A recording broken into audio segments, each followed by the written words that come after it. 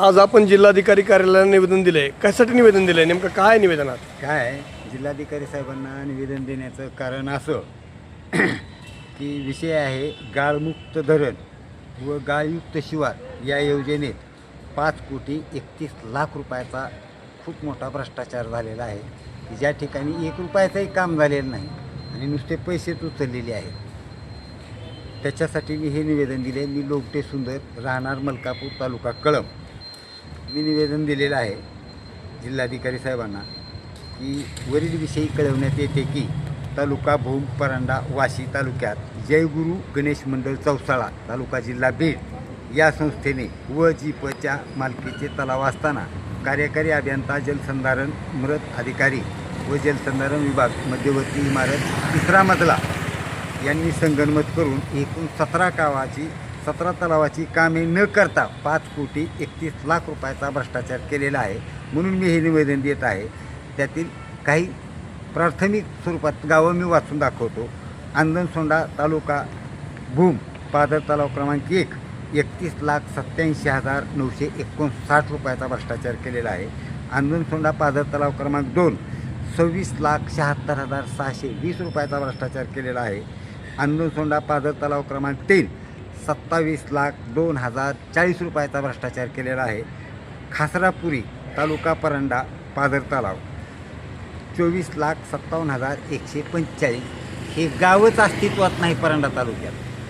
डुक्करवाडी तालुका भूम साठवण तलाव क्रमांक 45,11,232 रुपयाचा भ्रष्टाचार आहे.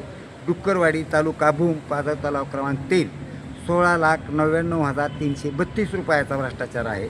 डुक्करवाडी पुन्हा त्याच गावात पादर तलाव क्रमांक 2 24,07,172 रुपयाचा भ्रष्टाचार आहे. डुक्करवाडी पादर तलाव क्रमांक दिलेलाच नाही आहे. 24,07,172 म्हणजे डुक्करवाडी 3 वेळा काम केलं आहे यांनी. 1 रुपयाचं काम न करता लाखो रुपये उचललेले आहेत. भवानवाडी तालुका भूम पादर तलाव क्रमांक दिलेला नाही.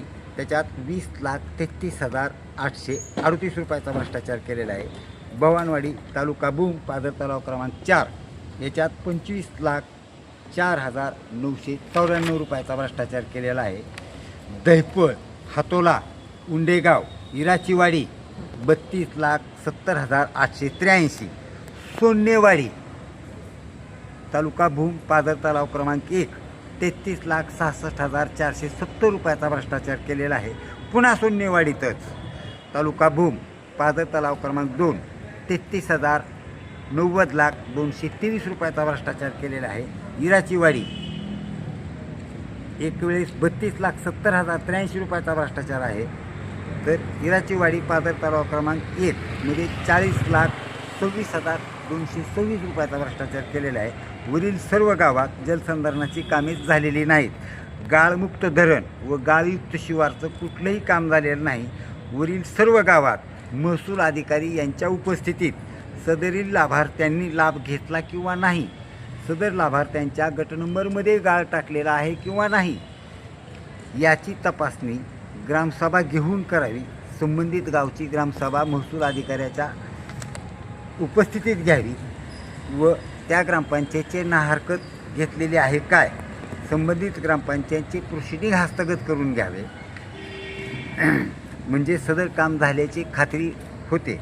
वरील एकूण 17 गावातील कामाचे 5,31,75,482 कोटीचा कामे न करता बनावट कागदपत्रे तयार करून सदरील जयगुरु गणेश मंडळ चौसाळा, तालुका जिल्हा बीड व कार्यकारी अभियंता जलसंधारण जलसंधारण अधिकारी मृत व जलसंधारण विभाग धाराशिव यांनी अपहार केलेला आहे. सदरील कामाचे व गावाचे नाव वेगवेगळ्या ठिकाणचे दाखवून तालुके बदल करून कामाचे बनावट कागदपत्र तयार केलेली आहे. स्वयंघोषणापत्र व शपथपत्र शेतकऱ्यांचे खोटे आहेत.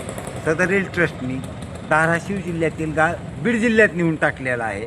ते दाखवून करता येऊ शकत नाही. ज्या गावातील पादर तलावातील गाळ काढला आहे त्याच गावातील ग्रामपंचायत शिवारात टाकणं गरजेचं होतं, पण ते तसं नसताना दुसऱ्या गावात जे ठराव जोडलेले आहेत ग्रामपंचायत अस्तित्वात असताना सुद्धा त्या गावचं प्रमाणपत्र घेणं गरजेचं असताना दुसऱ्या गावचं प्रमाणपत्र जोडलेलं आहे. खासरपुरी तालुका परांडा हे गावच अस्तित्वात नसताना या नावे 24,59,404 रुपये उचलण्यात आलेले आहे. बऱ्याच कामाचे गाव एक तर तालुका दुसरा दाखवण्यात आलेला आहे.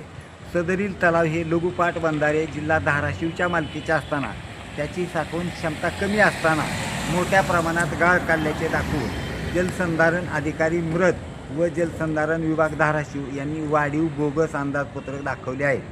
याच कामाचे जीप धाराशिव यांच्यामार्फत याच कालावधीत 3 ते 5 लाख रुपयाचे एस्टिमेट केलेले होते, परंतु जलसंधारण विभागाकडून 30 ते 40 लाख रुपयाचे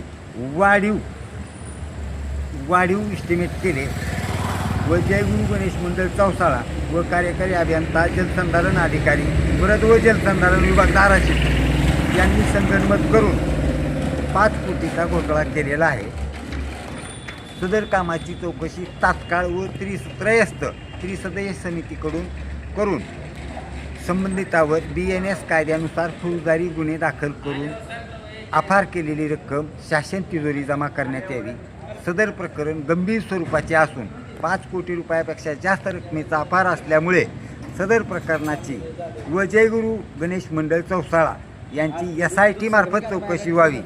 सदरील भ्रष्टाचाराची तात्काळ चौकशी करण्यासाठी संबंधित अधिकाऱ्याची तात्काळ बदली करून त्रयस्थ यंत्रणेमार्फत त्रिसदस्यीय समिती गठीत करून सर्व दोषींवर BNS कायद्यानुसार फौजदारी गुन्हे दाखल करावे व सदर रक्कम तिजोरीत जमा करण्यात यावी. अन्यथा 15/7/2026 रोजी जिल्हाधिकारी कार्यालय धाराशिव येथे मी स्वतः प्राणांतिक उपोषण करणार.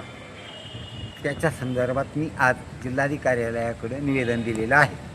असं तुम्ही कामं झाली नाही असं कशावर म्हणता, म्हणजे नेमकं? मी स्वतः त्या गावात जाऊन प्रत्यक्ष पाहणी केली, त्या शेतकऱ्यांना भेटलो, त्यांच्या शेतात गाळच टाकलेलं नाही आणि त्यांचं शपथपत्र खोटं जोडले गाळ टाकलाय म्हणून. मी प्रत्यक्ष पाहणी केल्यानंतरच इथं आलोय ना अर्ज द्यायला. त्या गावातील माझ्याकडे अनेक पुरावे आहेत, तिथल्या शेतकऱ्यांचे व्हिडिओ आहेत, परंतु ते योग्य वेळी मी दाखवी की ज्या शेतकऱ्यांच्या स्वयंघोषणापत्रात त्यांनी लिहिले की माझ्या शेतात गाळ टाकलाय, पण ते शेतकरी म्हणतोय की ही घोषणापत्रच मी दिलेलं नाही, माझं नाव बी नाही, माझी सही बीही नाही. असं तुम्ही दाखवता, पण हे जिल्ह्यात अनेक बऱ्याच ठिकाणी झालेलं असू शकतं. हे जिल्ह्यात जवळपास 52 संस्थेमार्फत जलसंधारण विभागानं काम केलेलं आहे. मी ही तर फक्त छोटासा अफार धावतोय. जलसंधारण विभाग 3रा मजला सेंटर बिल्डिंगच्या मृद व जलसंधारण विभागाकडून 52 संस्थेमार्फत कामं केलेली आहेत.